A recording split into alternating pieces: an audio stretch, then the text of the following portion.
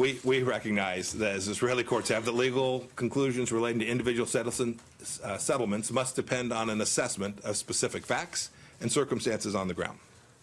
Therefore, the United States government is expressing no view on the legal status of any individual settlement.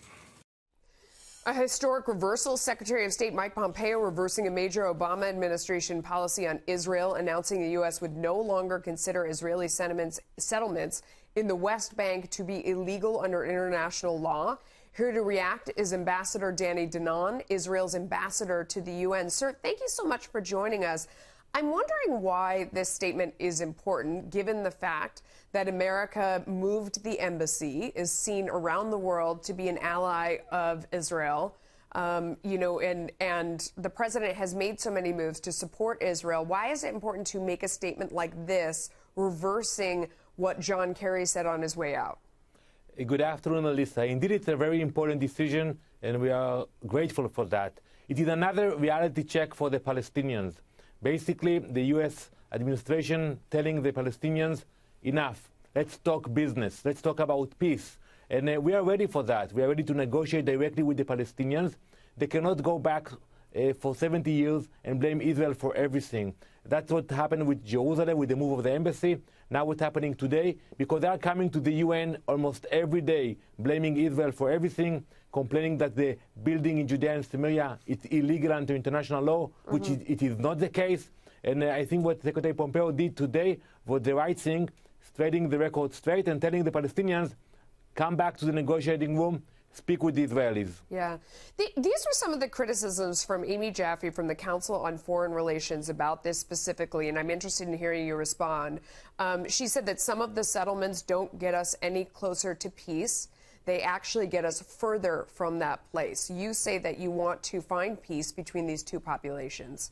How do you respond to her criticism there? Is that possibly true? First, we proved that we are capable of signing peace treaties.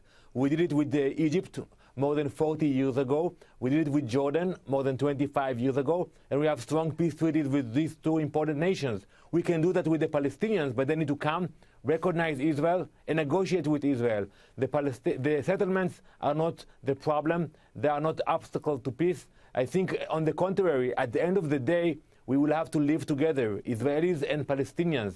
And I think the Palestinians have to realize that they will have to recognize Israel and to live with us in the same area. Yeah, and would you then in turn recognize them?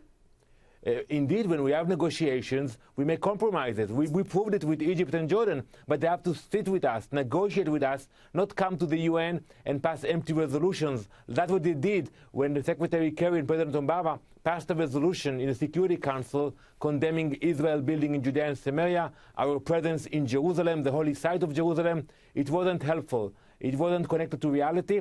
I think what happened today is actually sending a message to the Palestinians: recognize Israel, come back to the negotiating room.